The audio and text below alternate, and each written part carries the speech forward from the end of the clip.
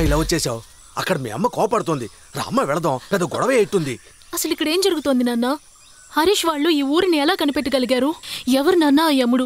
ఎందుకు అతనికి నాకు పెళ్లి చేయాలని చూస్తున్నారు? కనీసం నువ్వైనా ఏం జరుగుతుందో చెప్పు నాన్న. అంత సమయం వచ్చినప్పుడు చెప్తానమ్మా, నువ్వు రా వెళదాం. అక్కడ పిల్లిగడ్డం బుద్ధి లేదా నీకు? నా కోసం వచ్చిన వాళ్ళు ప్రాణాలు అరచేతుల్లో పెట్టుకుని పరిగెడుతున్నారు. ఎవరితోనో నాకు నిశ్చితార్థం జరుగుతోంది. నువ్వేంట్రా అంటే అమ్మ కోపడుతుందంటున్నావు, సమయం వచ్చినప్పుడు చెప్తానంటున్నావు. మర్యాదగా చెప్పు ఏం జరుగుతుందో, లేదా ఈ రాయితో నీ బుర్ర పగిలికొని చంపేస్తాను.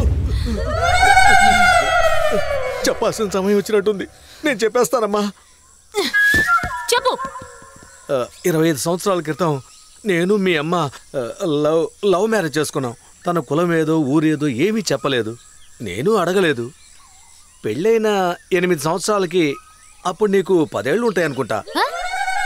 అయ్యయ్యో కాదమ్మా, పెళ్ళయ్యి 10 ఏళ్ళు, నీకప్పుడు 8 ఏళ్ళు. మీ అమ్మ సడన్గా ఒకరోజు వాళ్ళమ్మని తమ్ముడిని చూడాలి అంది. సరే పాపం, వాళ్ళమ్మని తమ్ముడిని చూడటం న్యాయమైన ఎమోషనే కదా. మనం కూడా వాళ్ళిద్దరిని చూసినట్టుంటుందని మీ అమ్మని ఇక్కడికి తీసుకొచ్చాను. ఇక్కడికి వచ్చి చూస్తే ఊరే డిఫరెంట్గా ఉంది. కరెంటు లేదు, ఫోన్ లేదు. ఇక్కడ ఇలాంటి ఊరుందని ప్రపంచానికే తెలియదు. యముడిని కులదైవం అంటున్నారు, దొంగతనమే కులవృత్తి అంటున్నారు. ఒకే పేరుతో కొండ పైన ఒక ఊరుంది, కొండ కింద ఒక ఊరుంది. పై ఊరు వాళ్ళు దొంగిలించిన బంగారాన్ని కరిగించి మేలిం బంగారంగా మార్చి కింద ఊరు వాళ్ళకి ఇస్తారు. వాళ్ళు వీళ్ళకి కావాల్సిన ఆహార పదార్థాలు, ఇతర వస్తువులు పంపిస్తారు. పై ఊరు వాళ్ళు దొంగతనం చేస్తారు, కింద ఊరు వాళ్ళు వీళ్ళ తరఫున పోలీస్ స్టేషన్లో సంతకాలు పెడతారు.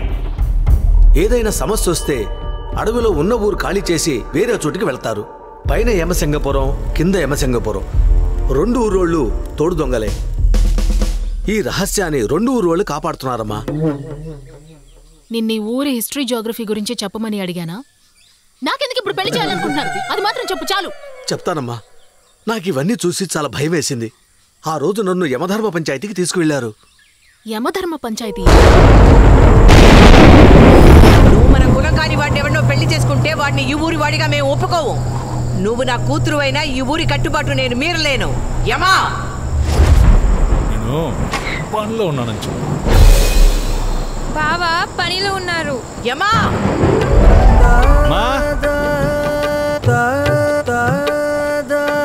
వీడికి మన ఊరు ఇక్కడ ఉందనే విషయం తెలిసింది.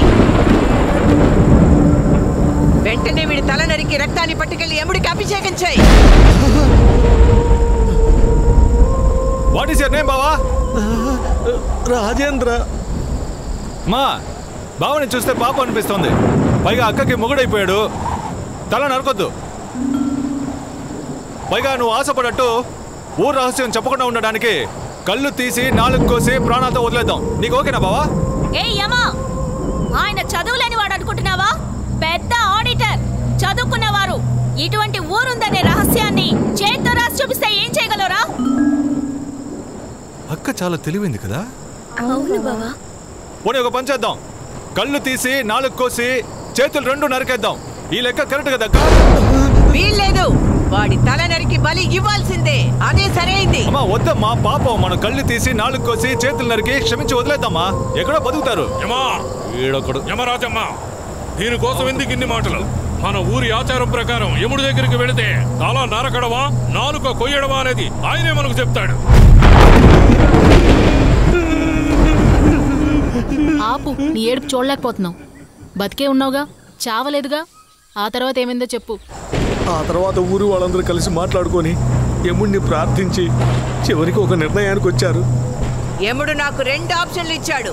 ఆప్షన్ ఏ, రాజేంద్ర తల నరికి యముడికి నైవేద్యం పెట్టడం. ఆప్షన్ బి, రాజేంద్ర కూతురిని నా కొడుకుకిచ్చి పెళ్లి చేసి అతన్ని బియ్యంకుడిని చేసుకుని అతన్ని కూడా ఈ ఊరి వాడిని చేయడం. ఇప్పుడు చెప్పు, ఆప్షన్ ఏ కావాలా, ఆప్షన్ బి కావాలా? అయ్యమా బియ్యమా? Choice is yours.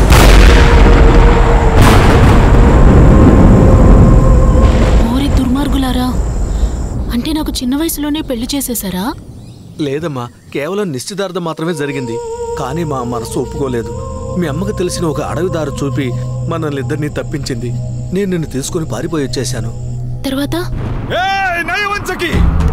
నీకు ఎంత ధైర్యం ఉంటే నాకు కాబోయే పెళ్ళాన్ని నాకు తెలియకుండా, నా అనుమతి లేకుండా ఊరు నుంచి పంపించేస్తావు? వాళ్ళని ఇప్పుడే తీసుకొచ్చి నీ కళ్ళ ముందే నీ మొగుడు తల నరికి ఆ రక్తంతోనే దాని నుదుట బొట్టు పెట్టి దానికి నేను ఈ తాళి కట్టలేదంటే నేను యముడిని కాదే. నువ్వే గనుక నిజంగా మగాడివైతే నేను ఊరికి వెళ్ళిన తర్వాత నన్ను మీరి నాకు తెలియకుండా నా బిడ్డను ఎత్తుకురారా. నేనే దగ్గరుండి నా కూతురికి నీకు పెళ్లి చేస్తాను. ఇది ఆ యముడి మీద పట్టురా. యముడి మీద కొట్టేస్తావా? ఇప్పుడు చెప్తున్నాను, నువ్వు ఊరికెళ్ళిన తర్వాత నీకు తెలియకుండా నా పెళ్ళాన్ని ఎత్తుకొచ్చి నీ చేత తాళి అందుకుని దాని పెళ్ళ నేను కడతానే. ఇది కూడా యముడి మీద ఒట్టు. అంతవరకు ఏ ఆడదాన్ని తాకడు, కన్నెత్తి చూడడు. ఒక తపస్సులాగా ఆ పిల్లని మాత్రమే మనసులో ఉంచుకుని సుశీలైన బ్రహ్మచారిగా ఏకపత్ని వసుడిగానే బతుకుతాడు.